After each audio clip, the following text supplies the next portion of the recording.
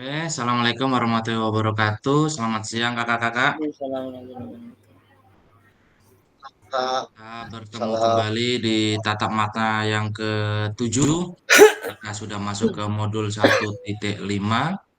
Apakah sudah dibaca-baca kakak untuk materi di modul 1.5? Sekilas ya, Kak. Oke, tentang apa nih Kak Anapi nih? 1.5 nih. Apa itu, Kak?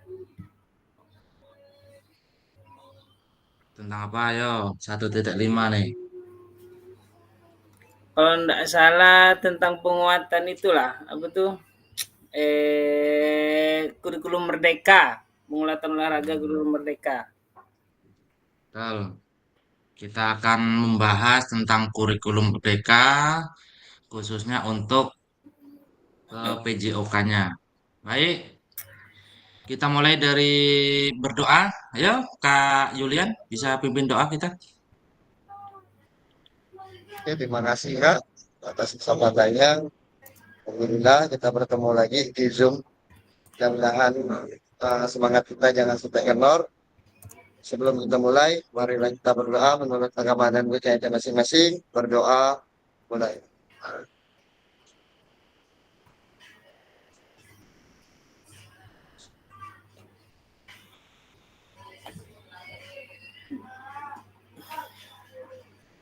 Doa selesai. Oke, terima kasih Kak Yulian. Kita mulai dari kesepakatan kelas. Seperti biasa, menyalakan kamera, mematikan mikrofon, hadir seutuhnya, menghargai waktu bersama, memaksimalkan fitur chat, klik raise hand sebelum bertanya, dan gangguan teknis adalah hal wajar. Kakak-kakak, untuk sesi kita hari ini adalah yang pertama ada 3 sesi ya. Yang pertama itu peserta dapat memahami 3 karakteristik kurikulum merdeka serta keterkaitannya dengan prinsip pemikiran Ki Hajar Dewantara. Terus yang kedua, peserta mampu memahami pengembangan kurikulum PJOK. Yang ketiga, peserta mampu memahami penyusunan program PJOK yang berkualitas dengan backward design. Oke, kita mulai dari yang pertama itu tentang backward design. Yang kedua, pengembangan kurikulum PJOK. Terus yang ketiga, pemikiran Ki Hajar Dewantara dan kurikulum Merdeka. Jadi kita ada 3 sesi untuk tatap maya siang ini. Kita mulai dari sesi pertama atau aktivitas 1 tentang backward design dalam pengembangan kurikulum PJOK. Nah, menurut kakak-kakak, dari skala 1 sampai 10, kira-kira seberapa dalam pemahaman kakak-kakak tentang kurikulum PJOK nih? Bisa ditulis di kolom chat, kira-kira pemahaman tentang kurikulum PJOK kakak nih ada di level berapa nih kalau dihitung dari skala 1 sampai 10?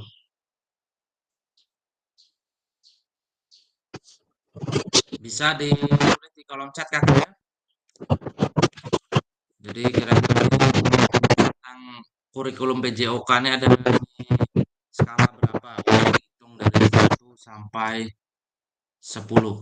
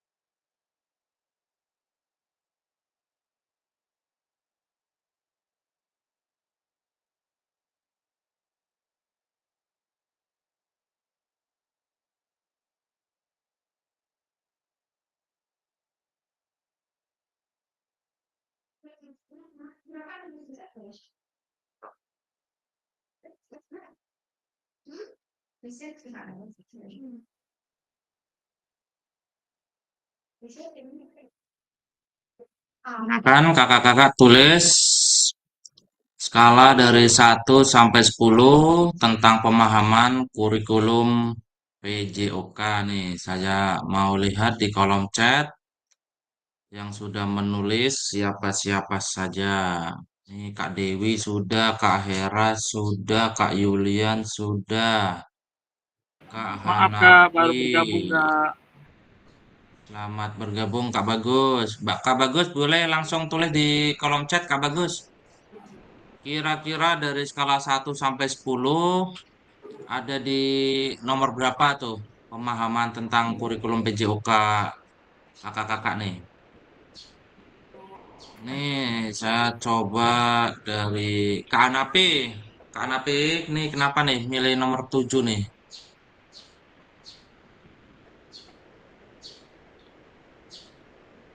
Alasan memilih Eh, nomor 7. nomor 7 itu gimana Kak ya? Eh, pembelajaran sih paham, cuman Hmm, saat eh, maksudnya saat kita terjun ke lapangan tuh bingung gitu. Ada bingungnya lah gitu, ada kurang pahamnya juga. Cuman ekspektasi dari Kulum Merdeka sih 70% tuh paham, sisanya tuh masih belajar gitu, Pak. oke, terima kasih. Nanti kita sama-sama belajar, kita saling Ya, share pengalaman. Nih, selain yang skala 7 nih, 7 semua nih. Yuk, yang lain silakan ditulis. Menurut kakak-kakak ada di level berapa nih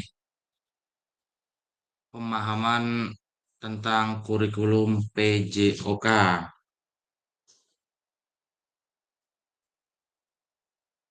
Nih, tadi kan sudah kita tulis tuh untuk skalanya dari 1 sampai 7, kebanyakan di angka setuju, setuju, angka 7. Nah, kalau misalnya dari pertanyaan yang sekarang nih, apa tujuan dari adanya pelajaran PJOK di sekolah? Nah, kira-kira tujuannya apa nih? Kita sudah pernah jawab, pernah kita bahas di modul 1.1 dulu. Apakah ada perubahan tentang pola pikir kita atau masih tetap sama seperti awal kita membahas modul 1.1? Untuk apa tujuan dari adanya pembelajaran PJOK di sekolah nih? Nah, boleh kakak-kakak ditulis di kolom chat untuk tujuan adanya pelajaran PJOK di sekolah tuh seperti apa? Apakah hanya untuk hiburan? Apa hanya untuk prestasi? Apa hanya untuk kebugaran? Nah, silakan kakak-kakak ditulis di kolom chat menurut kakak-kakak untuk pelajaran PJOK ini tujuannya untuk apa sih?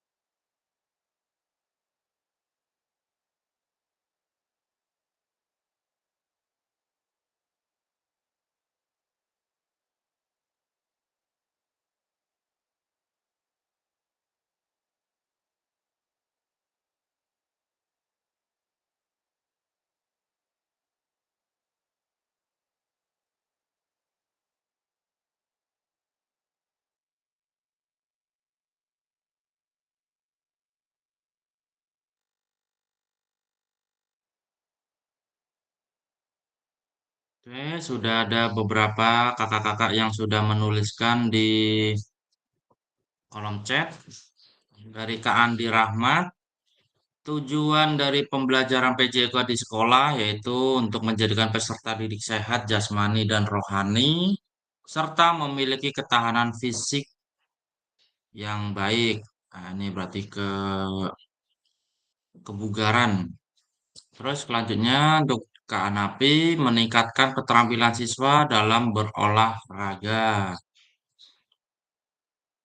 Kak Dewi, tujuan pembelajaran PJOK di sekolah adalah untuk mengembangkan aspek fisik, mental, dan sosial siswa melalui aktivitas fisik.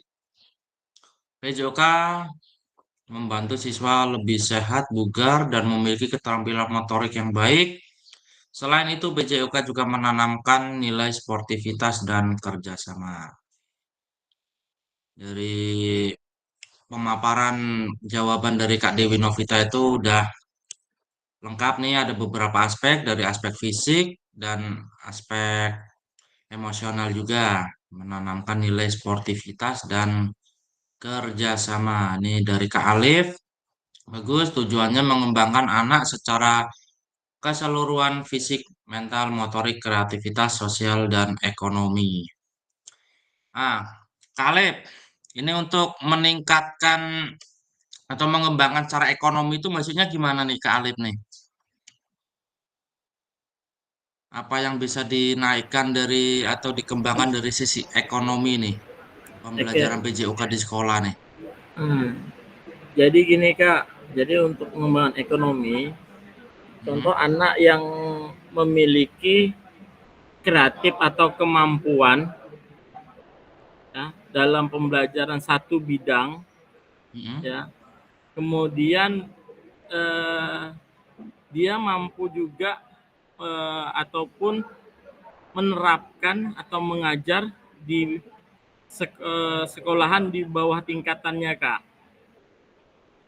Misal contohkan gini Kak, ini kalau yang bidang pramuka ya, misal kalau saya kan di tingkat SMK Kak. Betul. Kalau di tingkat SMK itu kadang ada beberapa contoh anak yang bisa kegiatan sapramuka bagi anak bantara nih. Dia udah mampu ngajar di tingkat SD Kak. Itu contoh kalau yang bersifat dari pramuka. Tapi kalau yang SMK biasanya itu kebanyakan renang Kak. Jadi dia itu mungkin ada kemampuan basic dia renang. Nah, jadi karena apa? Adanya kemampuan dari dirinya. Nah, dia mampu. Kemudian ada juga yang mau ikut dilatih. Nah, itu bisa meningkatkan ekonomi Kak. Oh, jadi intinya bisa menjadi pembantu pelatih gitu Kak ya? Iya, bisa. Malahan bukan pembantu, malahan dia sendiri membidangi misal satu bidang renang. Nah, dia ada prestasi. Nah, kemampuan misalkan ekonomi kehidupan dia agak kurang, tapi dia ada kemauan untuk jadi pelatih ataupun mengajarkan anak di bawah tingkatannya Kak, baik SMP ataupun SD Kak. Oke, berarti yang penting masih dalam tingkat dasar mungkin Kak Alif ya? Iya, karena kan kalau saya ini kan di tingkat SMK, jadi mungkin di tingkat SMP ataupun SD gitu sih Kak. Kebanyakan jadi dia bisa meningkatkan ekonominya dia gitu sih Kak, yang dimaksud tadi itu Kak. Oke, berarti dengan meningkatkan keterampilan PJOK di sekolah itu nanti bisa dikembangkan atau bisa dimanfaatkan untuk menjadi itu tadi ya, Iya, betul-betul. mengajarkan ke tingkat yang lebih rendah begitu Kak ya? Benar. Nah, contoh kalau di sekolah kami baik di renang ada, kemudian silat ada, karate, kemudian lagi ya atletiknya juga ada Kak. Itu berarti di luar jam pembelajaran mungkin ya? Mungkin sore hari Iya, atau apa gitu ya? iya. Jadi yang untuk meningkatkan ekonominya itu di luar jam pembelajaran PJOK, tapi kan masuk ilmu yang kita sampaikan ataupun ilmu yang kita terapkan, dia juga sebaliknya menerapkan di luar juga gitu, Kak. Itu kalau misalnya ada sekolah ingin memakai siswa Pak Alif misalnya, itu harus ada surat resmi nggak ke sekolah atau hanya orang langsung ke anaknya gitu? Langsung aja sih, Kak.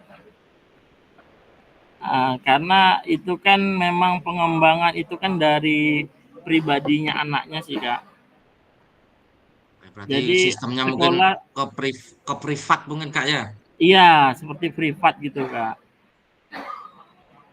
Soalnya kalau misalnya ke sekolah, dia mengajarkan di tingkat sekolah itu kan berarti dari pihak sekolah tuh biasanya akan melihat dari CV-nya dia ada sertifikat kah atau apa untuk Iya, penggajiannya tuh. Tapi kalau misalnya untuk ke privat tadi tuh, ke perorangan berarti kan tidak perlu seperti itu. Yang penting si anak tadi itu sudah menguasai basic-basic tentang apa yang mau diajarkan dan dia pun bisa bertanggung jawab tentang segala resiko yang akan atau mungkin terjadi begitu Kak ya.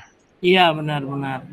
Jadi kita sampaikan, jadi mereka pun betul-betul mengamati ataupun juga menelaah apa yang kita sampaikan. Jadi apapun bentuk, apapun kemampuan, silahkan kamu kembangkan. Yang pasti SOP untuk keamanan, untuk apapun bentuk yang bersifat akan cedera itu, nah kita jelaskan gitu sih, Kak. Jadi mereka pun nantinya apa yang kita sampaikan diterapkan sesuai dengan apa yang kita sampaikan gitu, Kak. Betul, betul. Oke, siap. Terima kasih Kak. Bagus untuk pengalamannya. Kemungkinan nanti bisa diterapkan juga untuk kawan-kawan yang lain.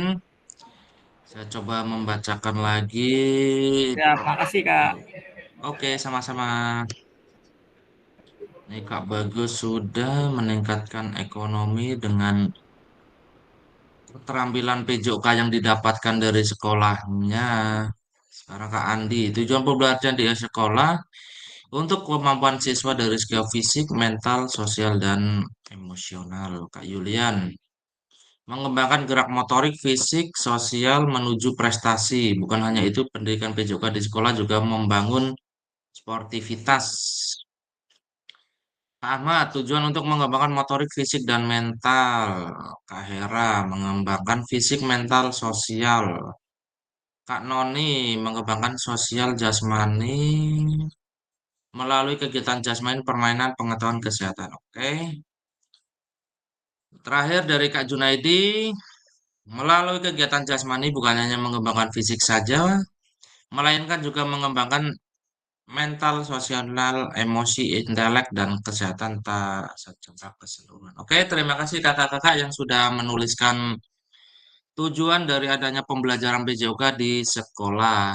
Kita lanjutkan. Jadi, menurut capaian pembelajaran PJOK di kurikulum Merdeka tahun 2024, itu pendidikan jasmani, kesehatan, dan olahraga bertujuan sebagai pembelajaran bagi peserta didik dalam yang pertama, mengembangkan, menerapkan, mengevaluasi keterampilan, konsep, strategi gerak yang akan menjadi disposisi untuk berpartisipasi dalam berbagai aktivitas jasmani yang penuh kepercayaan diri dan kreativitas.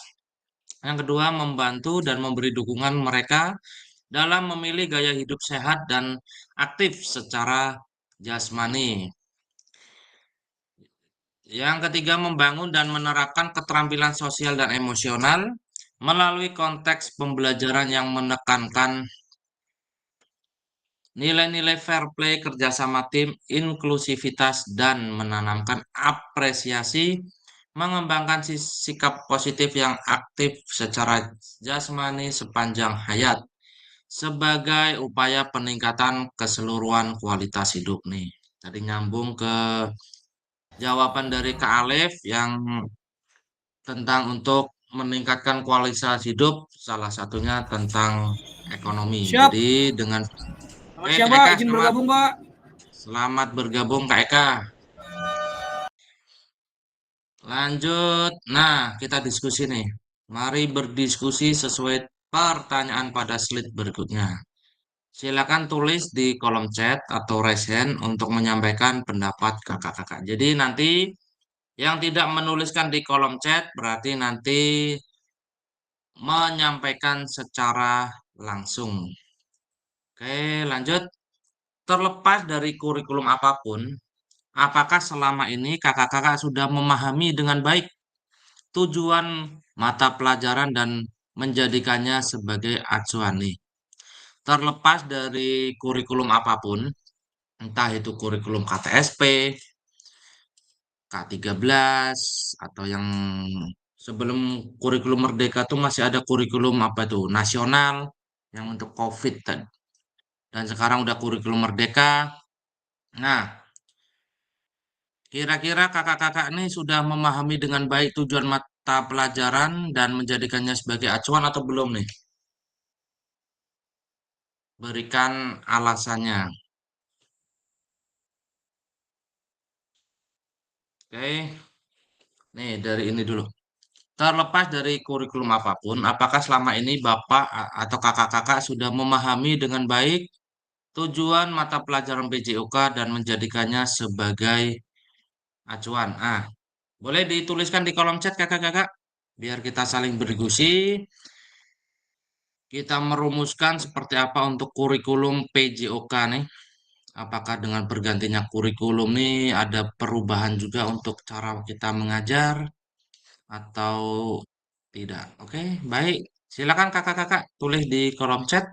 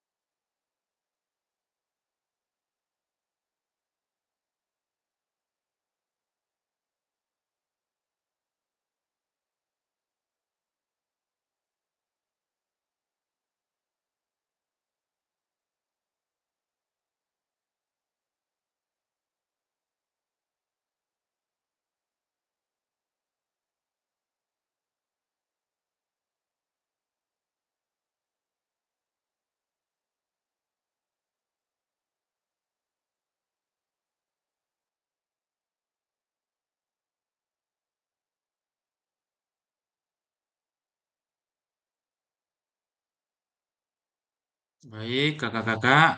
Ini sudah ada beberapa yang menuliskan di kolom chat.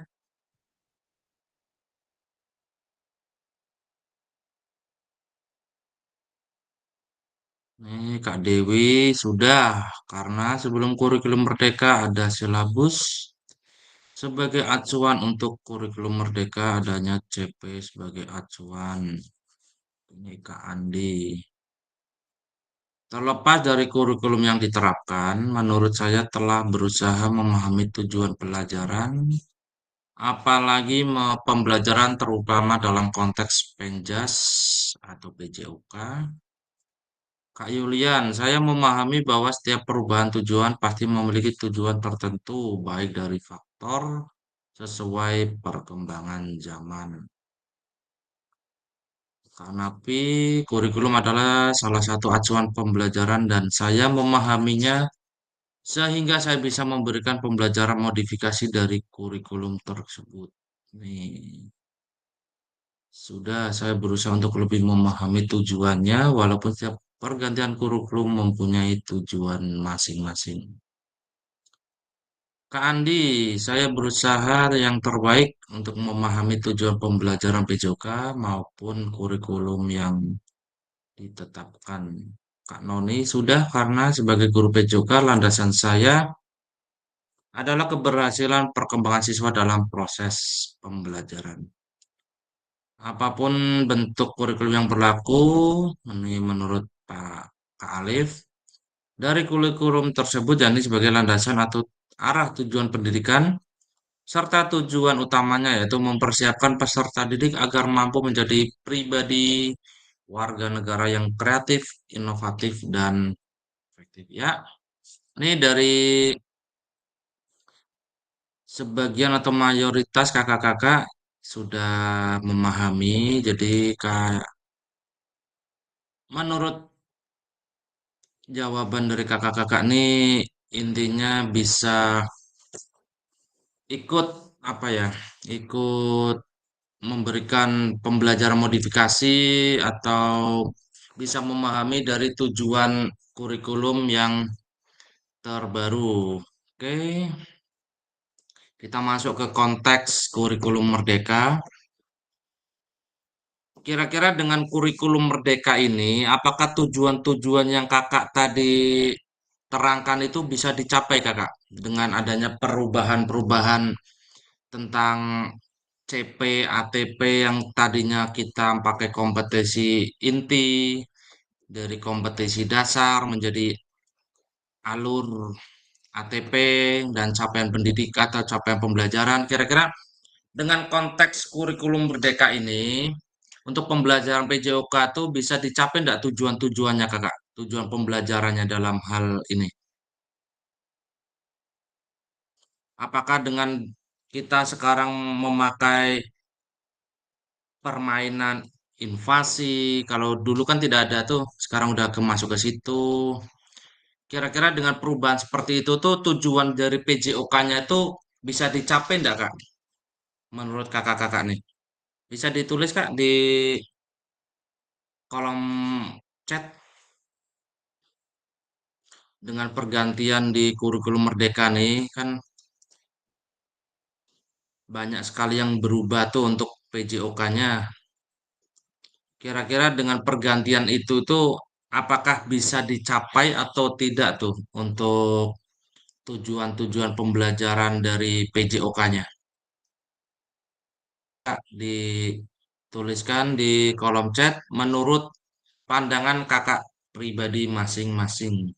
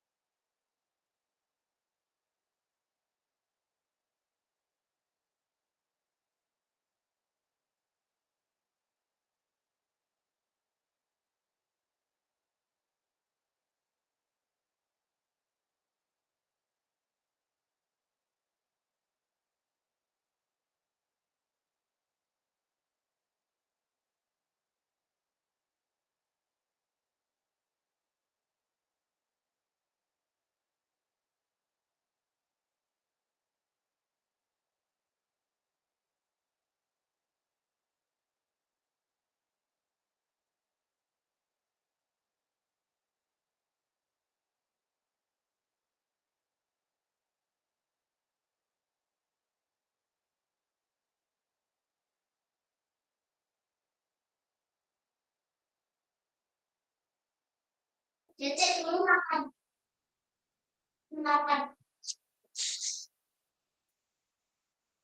sudah ada yang menuliskan.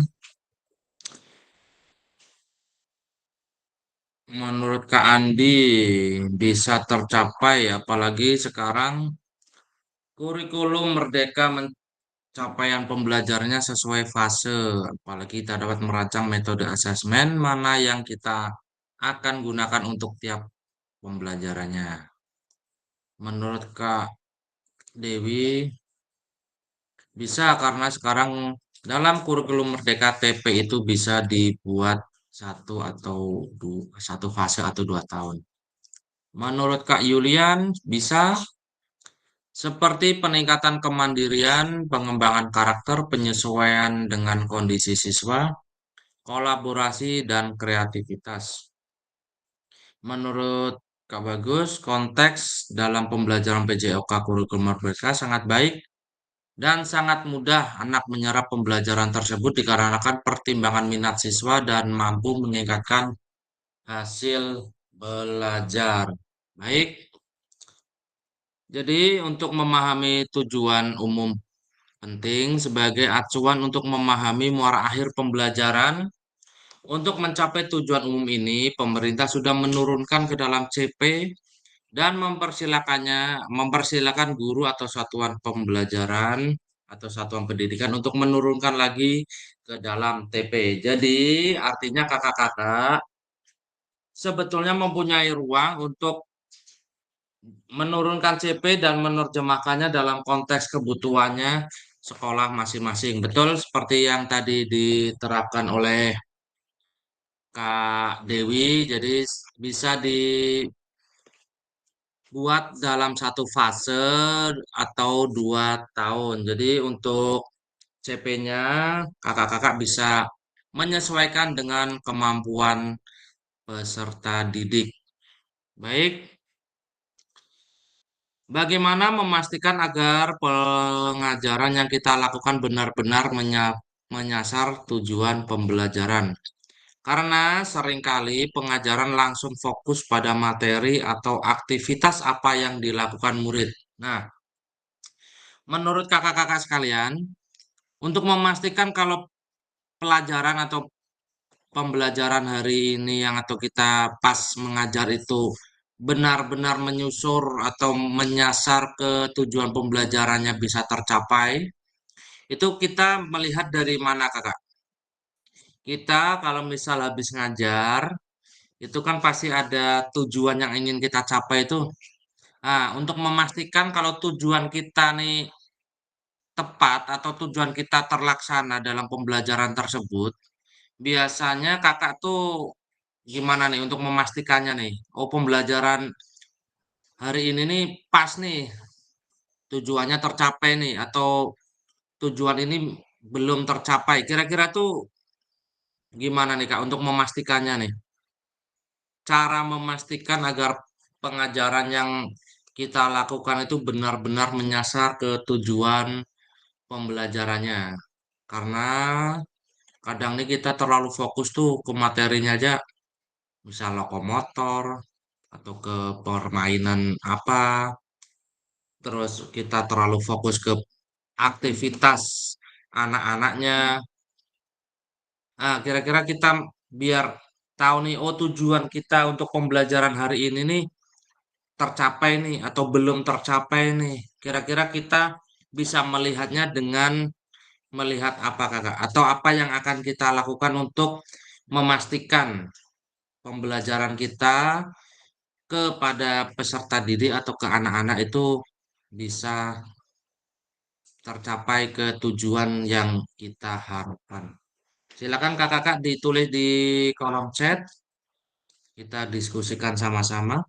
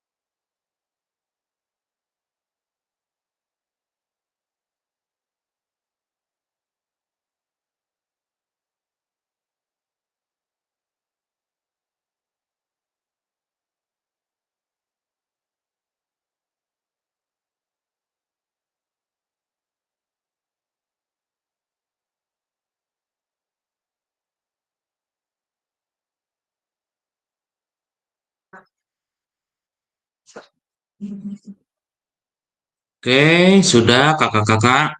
Nih, Kak Yulian ada, Kak Yulian. Siap, ada Kak. Oke, gimana nih Kak? Untuk memastikan untuk pembelajaran kita tercapai atau enggak nih gimana nih? Saya biasanya dengan melakukan tanya jawab Kak. Di, di selesai Tanya pembelajaran. jawab itu dilakukan pas kapan tuh Kak? Kira-kira tuh. Di, di selesai pembelajaran. Itu untuk pertanyaannya apakah pertanyaan formatif kah atau hanya sekedar apa gitu? Contohnya tuh. Eh, biasanya kita langsung secara lisan bertanyanya, tapi kalau untuk itu kita pakai pertanyaan formatif kalau untuk yang lebih mendalami. Ini kan di suatu modul itu kan pasti memiliki RKPD untuk siswa itu Pak. Nah, makanya nanti kita buatkan RKPD agar siswa itu bisa menjawab.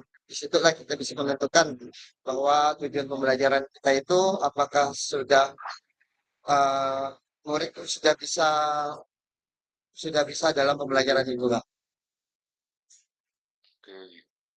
Jadi setiap akhir pembelajaran nanti ada sesi tanya jawab kepada siswanya begitu ya Kak Yulian ya? Ya, Kak. Iya. Oke, siap. Oke, selanjutnya coba untuk Kak Anapi ada Kak Anapi? Pak hadir. Nah, nih gimana nih cara melihatnya nih Kak Anapi nih? Biasanya sih kalau Napi itu langsung ada sesi tanya jawab sih Pak. Hmm, Hmm. Kayak model kuis gitu Pak. Jadi ada per, ya, jadi yang tadinya mereka kurang paham, terus tanya jawabnya melalui kuis tuh kadang tuh yang tadinya ndak fokus tuh jadi fokus karena tadi terpancing karena kuisnya. Dari situ sih Pak ketahuannya berhasil atau endaknya. Ini Kak Anapi kan menuliskan di kolom chat dengan cara melihat meningkatnya keterampilan murid Nah, dalam berolahraga itu berarti ada itunya, ada acuannya atau ada perbandingannya Kak. Biar kok tahu nih meningkat atau enggaknya itu berarti dari mana Kak? dari itunya dari penilaiannya Pak Kak. Iya, itu kan penilaian akhir tuh. Berarti kan ada Hmm. penilaian awal juga Kak. Ada. Berarti ada asesmen diagnostiknya dulu begitu. Ada, Setelah iya ada. pembelajaran, Heeh. kira-kira ada peningkatan atau enggak begitu ya? Iya Kak ada. Oke, terima kasih Kak Anapi, Kak Yulian.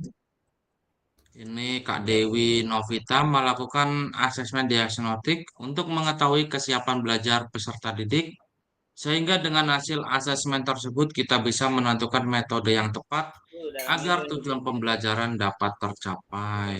Kak Ahmad merefleksikan seperti tadi yang dilakukan Kak Yulian dan Kak Anapi, jadi melakukan refleksi dengan melakukan tanya jawab kepada peserta didik.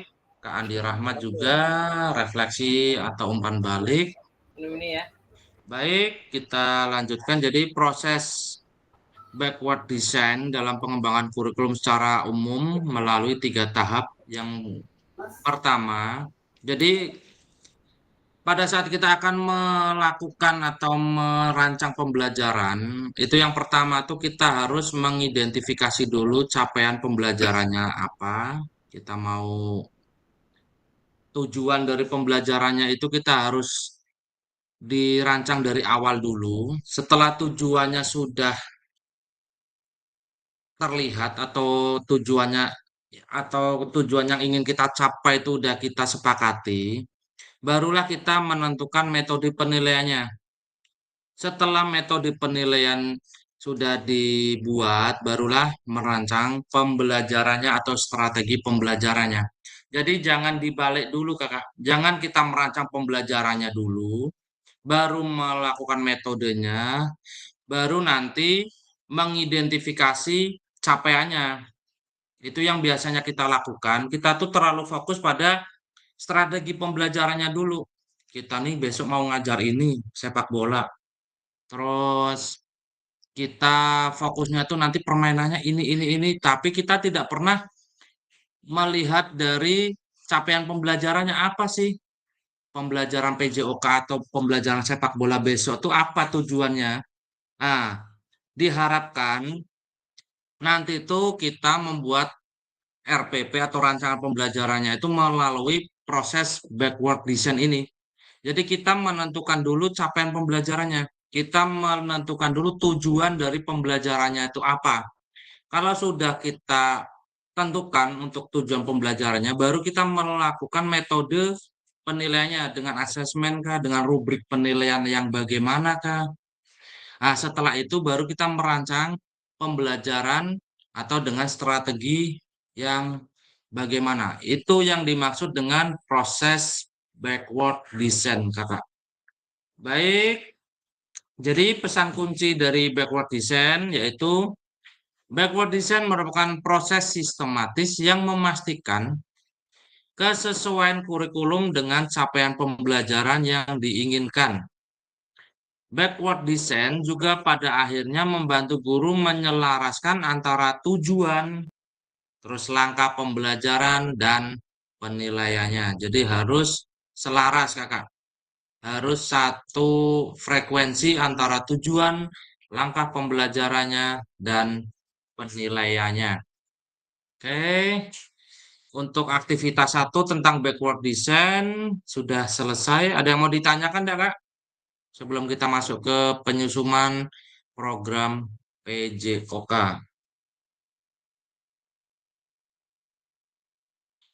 Oke, kalau tidak ada kita lanjut ke aktivitas kedua. Oke, gimana Kak Dewi? Kak, saya mau nanya, katanya kan sekarang PJOK kan ada CP terbaru. Terus CP terbaru tuh yang seperti apa ya? CP terbaru? Iya. CP terbaru di mana ya? Untuk CP itu, seperti yang tadi kita bahas di slide berapa tadi ya? Yang untuk terlepas tujuan pembelajaran. Ah, nih. Jadi untuk CP-nya itu bisa kita sesuaikan dengan apa yang kita mau tujuannya, Kak Dewi itu. Jadi untuk CP itu sebenarnya udah dibebaskan atau udah diturunkan ke kebutuhan sekolah masing-masing, Kakak. Jadi untuk Oh, gitu. TP-nya itu kan sudah luas. Jadi nanti untuk CP-nya itu bisa dikembangkan dengan si guru itu kira-kira mau itu kemana gitu, Kakak. Oh, iya. Ya, Pak. Siap, Pak. Siap, Kak. Makasih.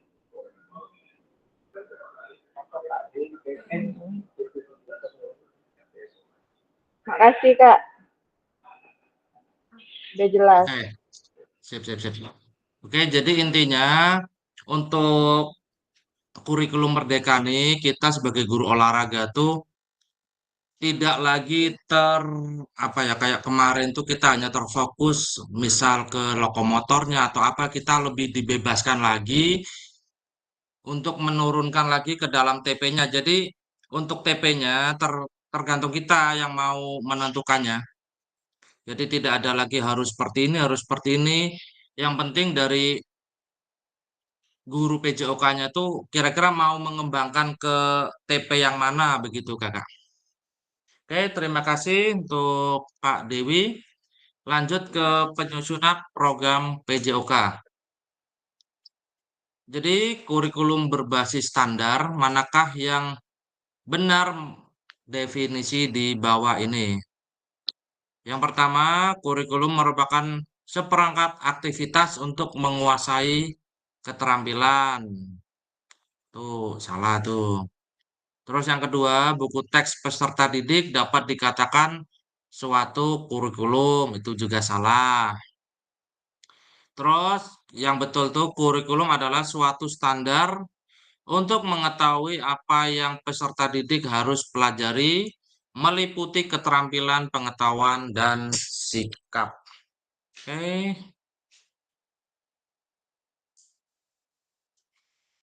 selanjutnya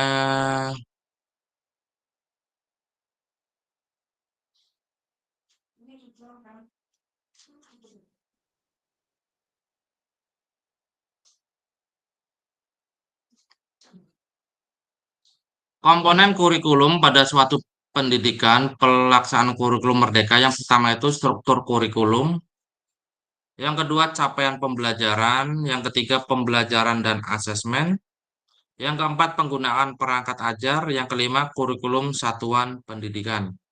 Jadi untuk komponen kurikulum suatu pendidikan dikembangkan dan digunakan di satuan pendidikan terdiri dari karakteristik satuan pendidikan, visi, misi, dan tujuan satuan pendidikan, pengorganisasian pembelajaran dan perencanaan pembelajaran. Ini bersumber dari Kementerian Pendidikan, Kebudayaan Riset dan Teknologi, Kemenristek tahun 2022. Mengapa kurikulum operasional berbeda antar satuan pendidikan? Pertama itu agar bermakna. Kurikulum operasional satuan pendidikan dikembangkan sesuai dengan konteks dan kebutuhan peserta didik dan satuan pendidikannya. Ini bisa menjadi kabar gembira. Kakak-kakak dapat menyusun program yang relevan dengan kultur gerak di mana peserta didik tinggal. Nih, seperti yang tadi Kak Dewi Novita tanyakan.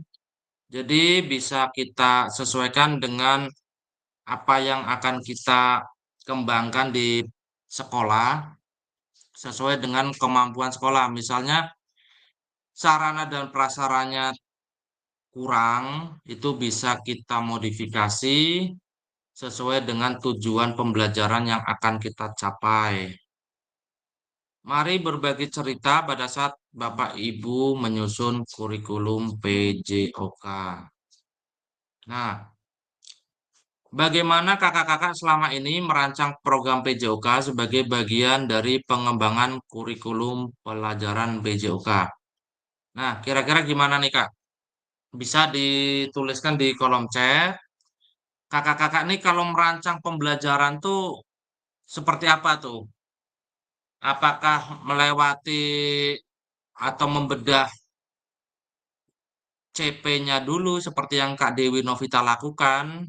Atau langsung membuat pembelajaran yang akan dicapainya Kakak? Kira-kira atau RPP-nya itu atau modul ajarnya dibuat dari mana alurnya tuh? Atau hanya dari internet kah? Atau kakak bikin sendiri? Kalau bikin sendiri bagaimana alurnya? Boleh kakak-kakak ceritakan di kolom chat bagaimana kakak-kakak selama ini merancang program PJOK sebagai bagian pengembangan kurikulum mata pelajaran PJOK. Oke kakak, boleh dituliskan di kolom chat bagaimana kakak-kakak merumuskan atau membuat modul ajar selama ini kakak. Oke, silakan dituliskan di kolom chat. Bagi yang tidak menuliskan di kolom chat berarti nanti menerangkan secara langsung. Oke, 5 menit kakak.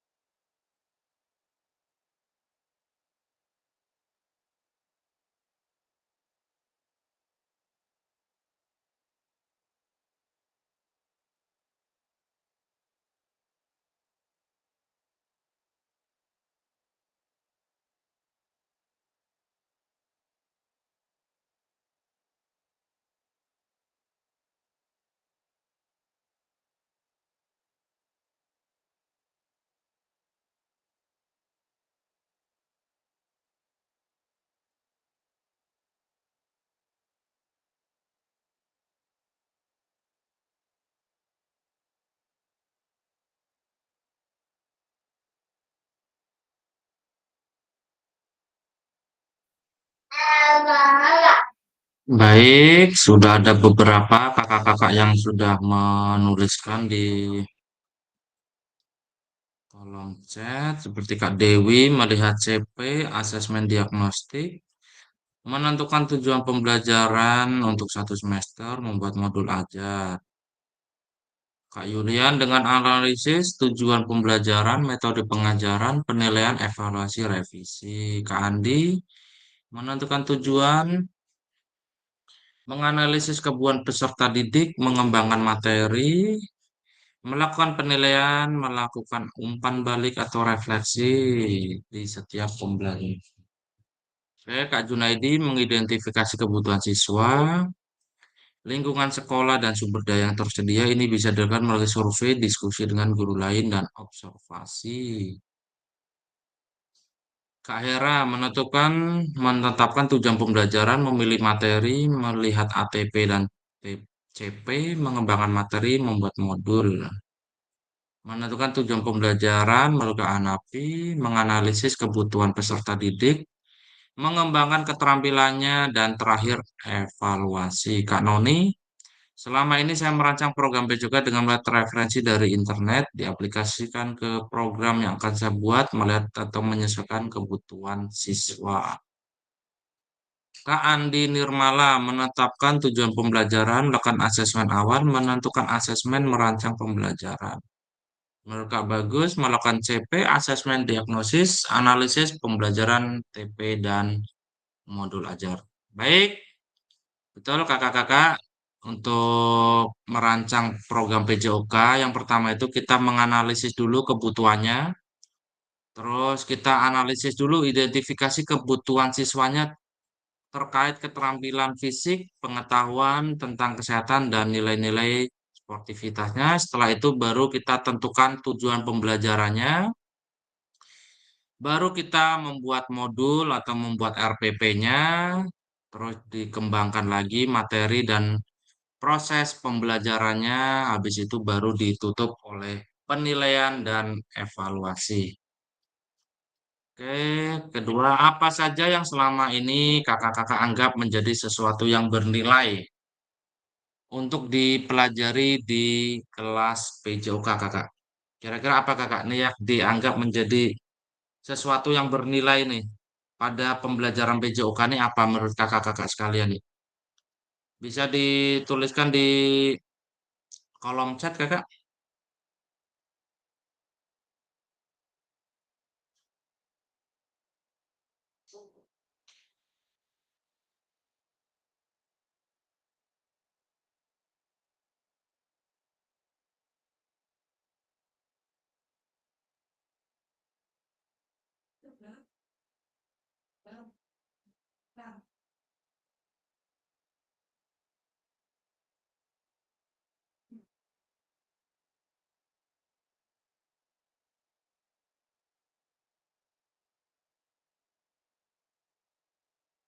Kira-kira yang bernilai itu menurut kakak-kakak sekalian tuh apa nih dalam pembelajaran PJOK di kelas nih?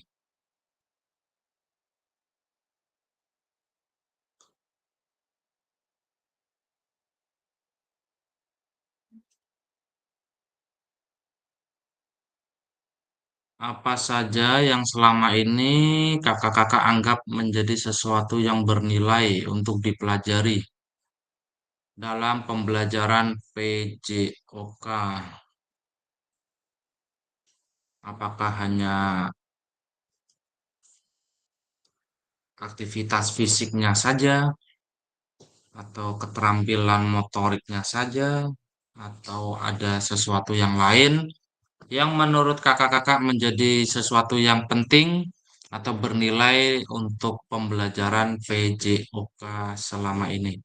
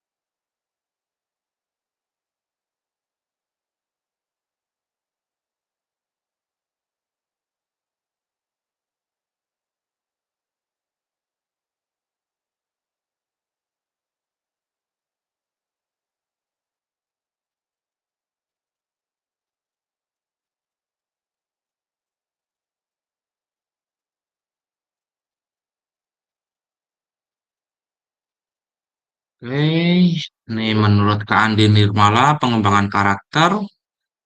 Kak Anapi, kesenangan tersendiri saat siswa merasa senang. Kak Andi Rahmat, menerapkan pola hidup sehat, menjaga kesehatan mental dan fisik. Kak Ahmad, semangat anak dalam pembelajaran.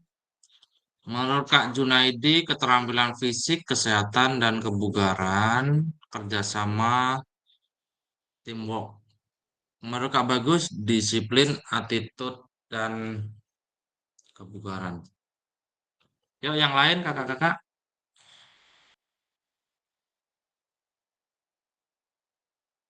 Menurut Kak Era, pengembangan karakter, keterampilan fisik, dan kebugaran jasmani. Oke. Oke, untuk pembelajaran PJOK itu ada beberapa yang biasanya kita nilai atau dipelajari. Yang pertama itu tentu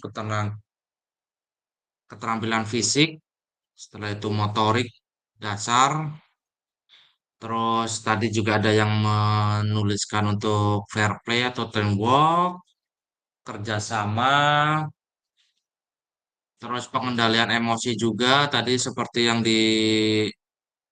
dijabarkan oleh Kak Andi Rahmat untuk saling menghargai itu termasuk tentang pengendalian emosi, terus hidup sehat, pola hidup sehat seperti yang Kak Andi Rahmat kemukakan. Oke, kakak tuh jawaban dari kakak-kakak semuanya sudah sangat lengkap. Jadi selama ini yang kita anggap menjadi sesuatu yang bernilai untuk dipelajari yaitu banyak sekali kakak ya dari keterampilan fisik, keterampilan motorik, pola hidup sehat, terus menerapkan sikap menghargai, terus ada juga kerjasama seperti Kak Junaidi sampaikan tadi, attitude, disiplin seperti Kak Bagus yang dituliskan di kolom chat, terus pengembangan karakter seperti Kak Hera tuliskan sama Kak Andi Nirmala. Baik, nah kira-kira untuk mengintegrasikan nih Kak, segala yang kakak tulis tadi itu dari yang pertanyaan pertama nih. Nah, ini merancang tadi kan dari apa mengidentifikasi dulu kebutuhan siswa, habis itu dilanjutkan dengan membuat tujuan pembelajaran, habis itu kita lanjutkan ke tadi yang anggap bernilai dalam pembelajaran itu tadi sudah kita bahas juga keterampilan fisik, terus motorik, kesehatan, terus emosional. Nah, sekarang nih, bagaimana kakak-kakak akan mengintegrasikan semuanya ke dalam proses pengembangan kurikulum mata pelajaran PJOK yang sekarang berlaku? Nah, kira-kira gimana nih kakak?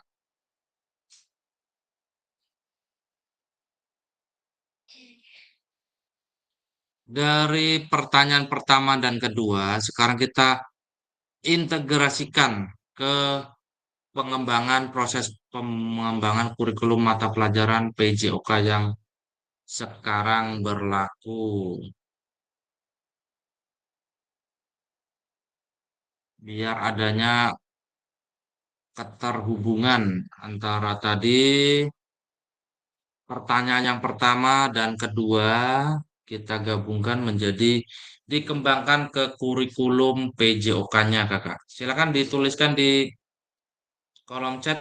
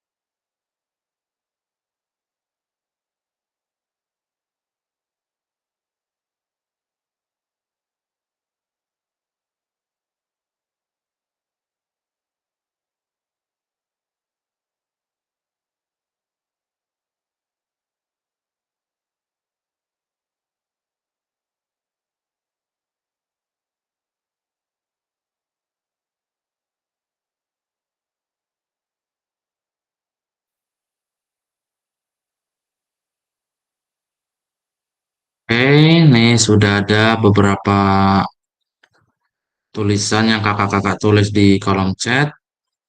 Kak Napi dengan mengintegrasikan beberapa materi ajar PJOK terkait secara harmonis untuk memberikan pengalaman belajar yang bermakna kepada peserta didik.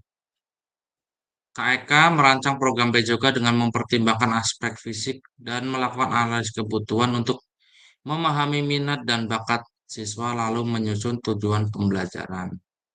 Kak Dewi, menurut saya dalam merancang pembelajaran etika peserta didik harus menjadi poin utama sehingga dengan sikap yang baik maka peserta didik akan lebih mudah dalam belajar. Nih, menurut Kak Bagus, wajib mengidentifikasikan tujuan kurikulum serta tujuan utama pengembangan kurikulum serta memodifikasi kurikulum dalam pembelajaran PJOK serta adanya program kerja.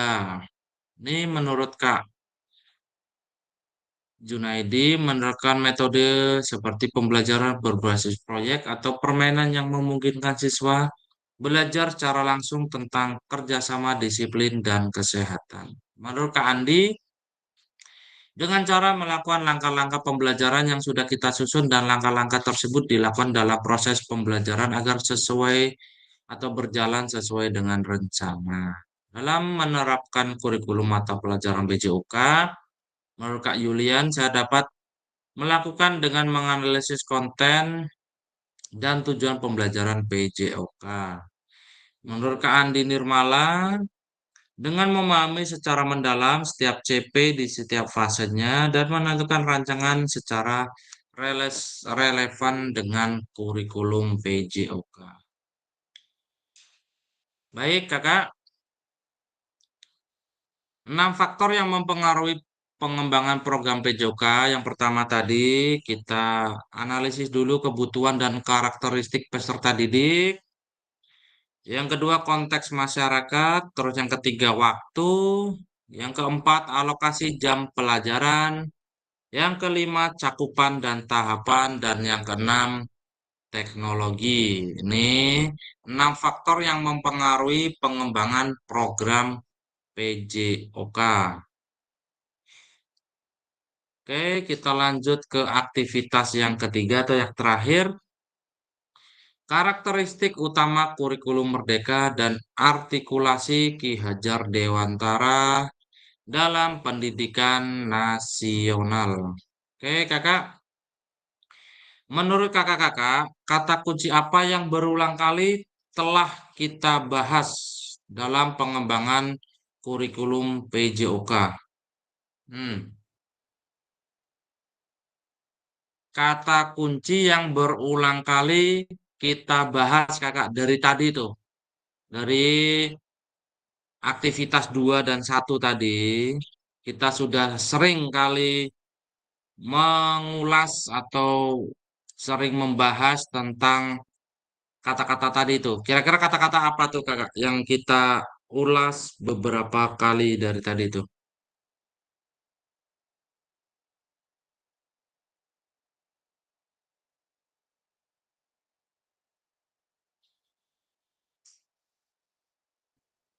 Menurut Kak Andi Rahmat, tujuan pembelajaran dan manfaat PJOK. Kak Dewi merancang pembelajaran. Kak Alif CP, TP. Kak Hanapi materi pembelajaran. Kak Yulian membuat tujuan pembelajaran yang sesuai dengan kebutuhan.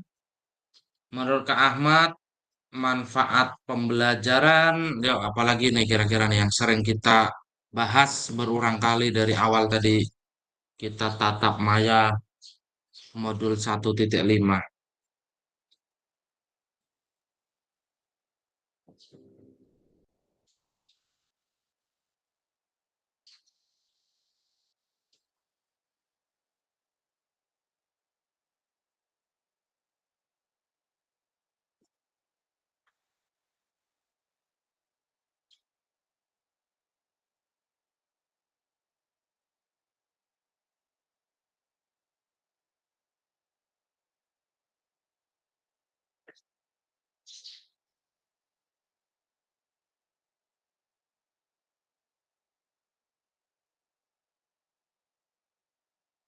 Oke, apa yang telah kita bahas merupakan karakteristik kurikulum merdeka. Yang pertama, fokus pada materi esensial, yaitu muatan yang paling diperlukan untuk mengembangkan kompetensi dan karakteristik peserta didik. Pengembangan kompetensi dan karakteristik. Yang pertama, pengembangan kompetensi sosial, emosional, moral peserta didik. Fleksibilitas pembelajaran kurikulum dapat disesuaikan dengan kebutuhan pengembangan kompetensi peserta didik, karakteristik satuan pendidikan, dan konteks lingkungan sosial budaya setempat.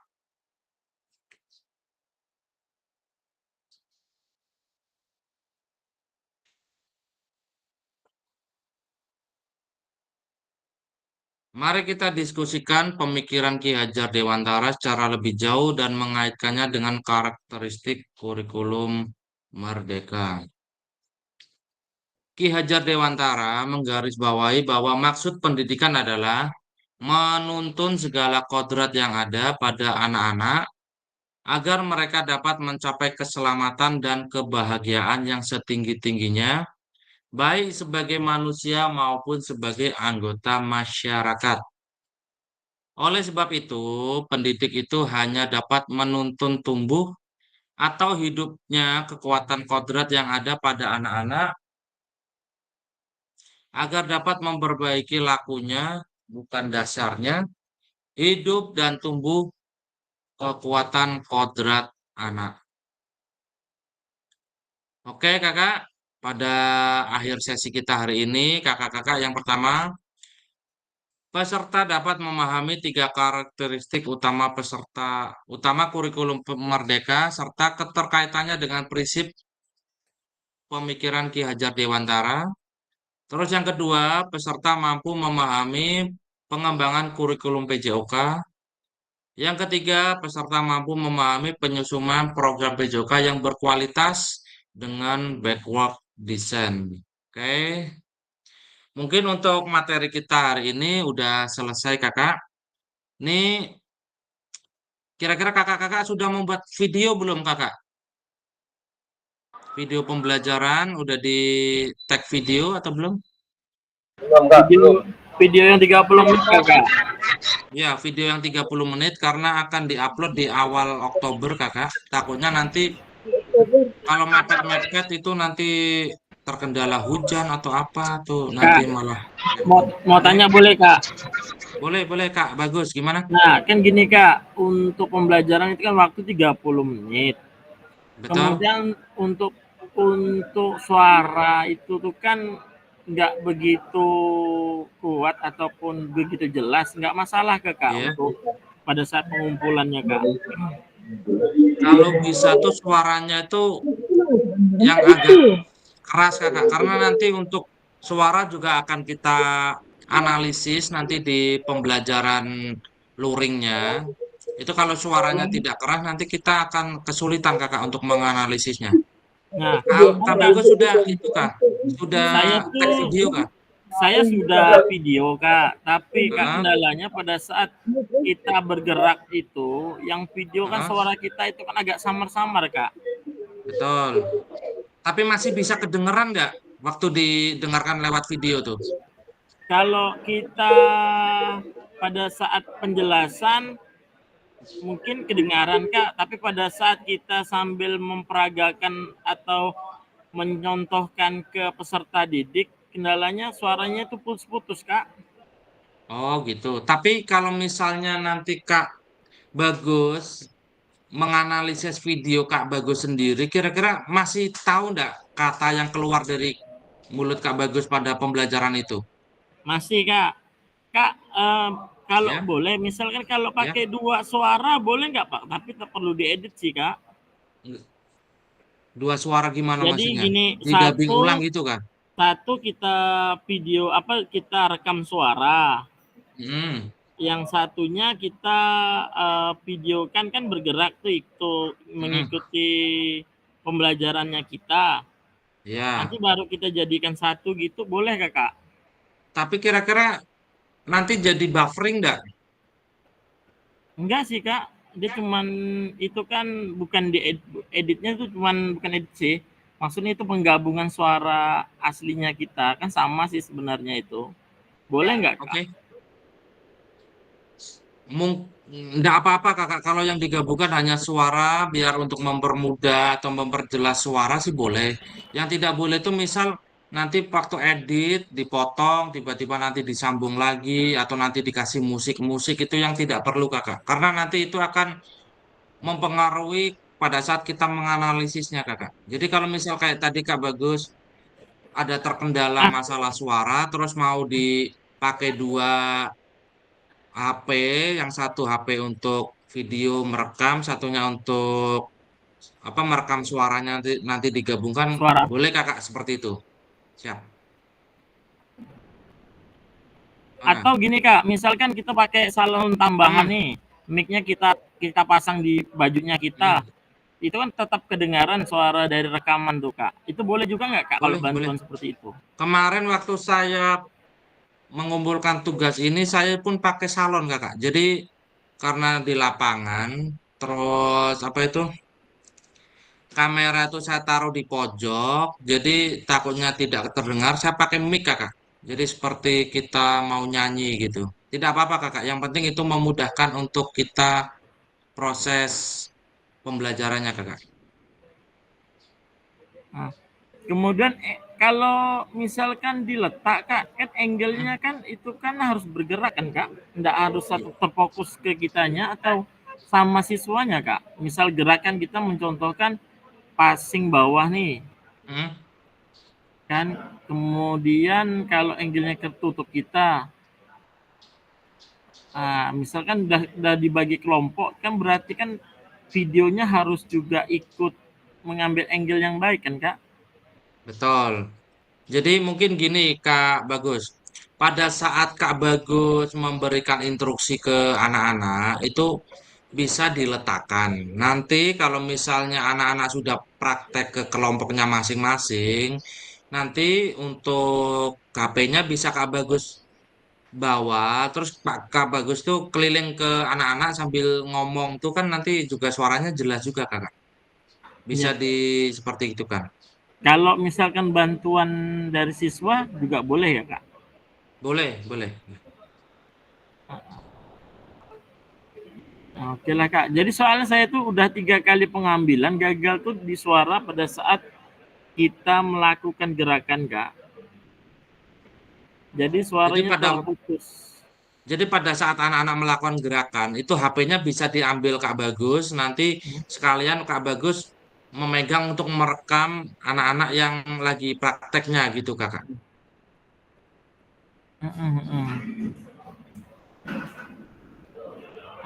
Oke. Oke. Kakak-kakak yang lain ada yang mau ditanyakan tidak untuk Terima kasih Kak. tag video? Oke, sama-sama Kak Bagus.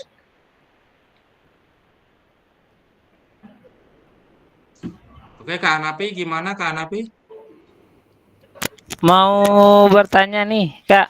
Ya, Saya kan udah ngambil video, terus ada ya, kendalanya sih kayak soalnya Napi kan olahraganya kan siang betul, 2, jam 2 betul. siang. Terus kendalanya tuh dari suara azan, suara Hmm, bel bunyi itu enggak masalah kan? nggak masalah, nggak masalah. Tapi kalau Aman, suara sih jelas ya aman, insyaallah aman. Masalahnya kok kita azan kan enggak mungkin kita itu kan, Kak. Masa orang betul. suruh stop dulu.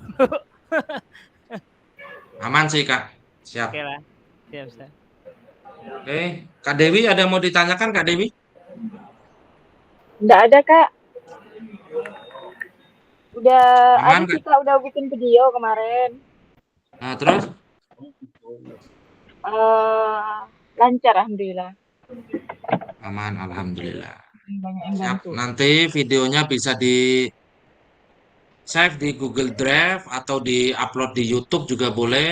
Nanti di LMS-nya itu tinggal disematkan linknya saja Kak. Oh berarti Iya, Kak. berarti cuman linknya ya Kak yang dikirimnya Kak. Iya, iya. Kak kalau Nanti yang Google hmm, Drive tuh dikasih tambahan atau enggak Kak tulisan gitu di awal Kak? enggak, enggak ada sih. Yang penting nanti Berarti di LMS. Yang penting Langsung nanti di murninya kita ya, elemen, Kak? di Google link drive-nya masing-masing kakak-kakak. Tidak perlu diedit ya Pak ya? Nggak usah diedit, karena nanti Siap Pak, diedit siap, malah siap. kita menyulitkan kita. Siap, siap Pak. Terima kasih Pak.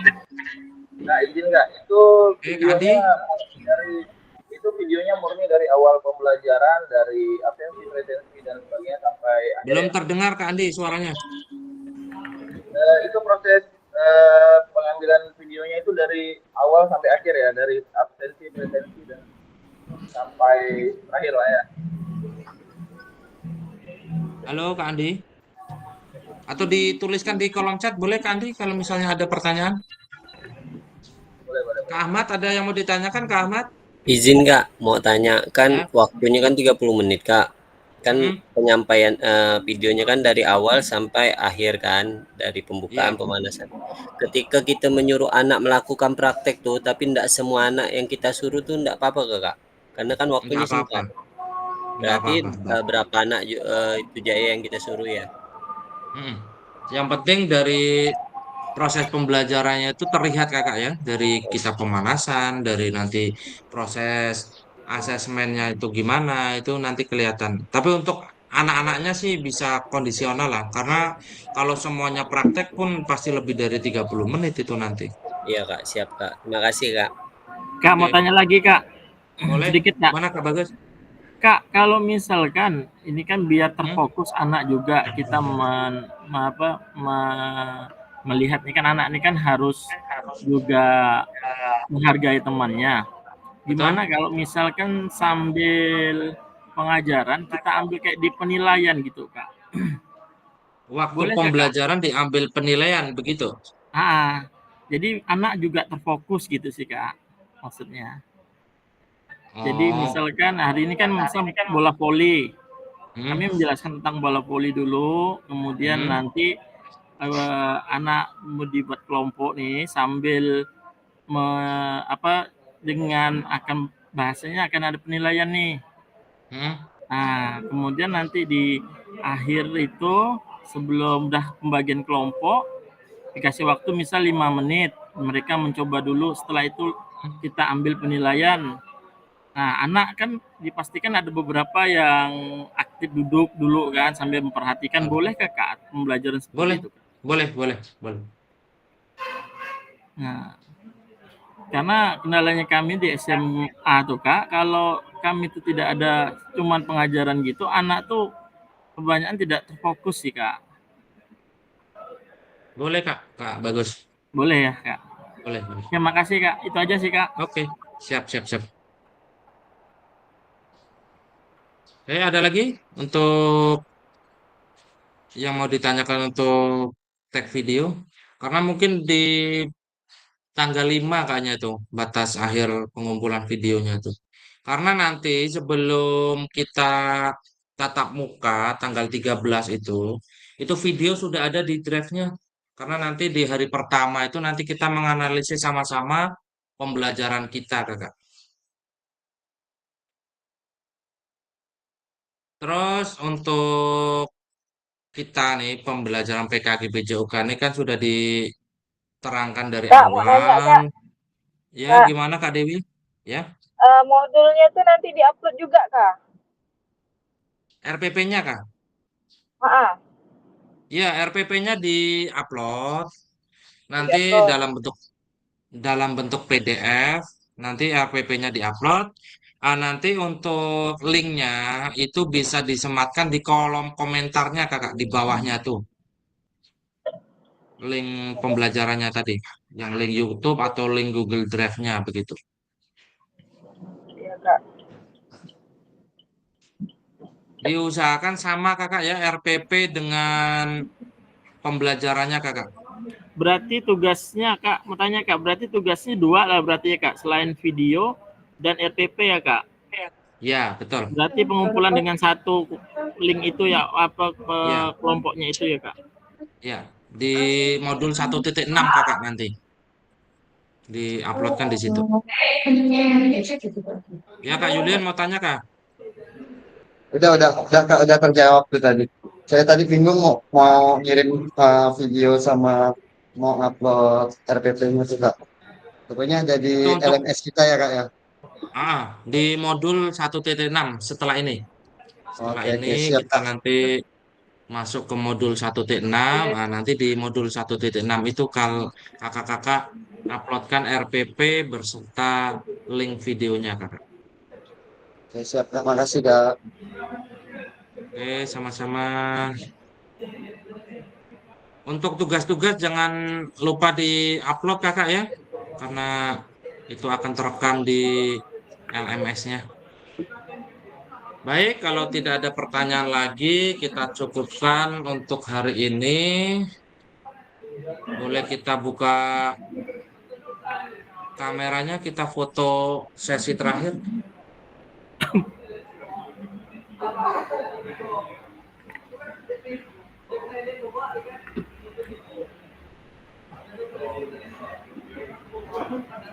Oke, kita foto 1, 2, 3.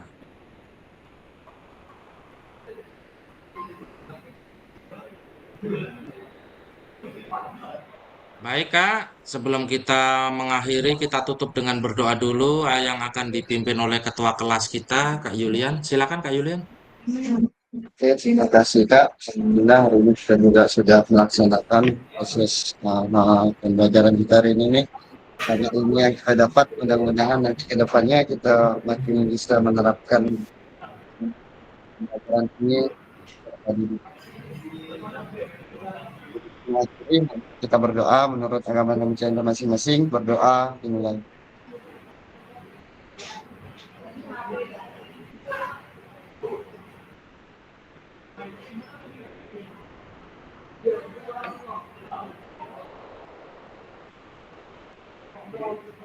Doa selesai. Oke, terima kasih kakak-kakak, terima kasih Kak Yulian sudah menutup kita dengan doa. Kita bertemu lagi di tatap maya yang selanjutnya di modul 1.6. Baik kakak-kakak, apabila Terima kasih Kak. sudah siap, boleh meninggalkan meet. Iya Kak, bagus. Dapat salam dari Kak Arik Gamirka Yuda. Kenal Kak? Iya, Kawan salam di balik Kak. kawan putus bau dulu. Siap. Makasih, salam balik Kak. Siap, aman. Yuk. Oke. Selamat berakhir pekan kakak-kakak. Boleh meninggalkan meet apabila sudah.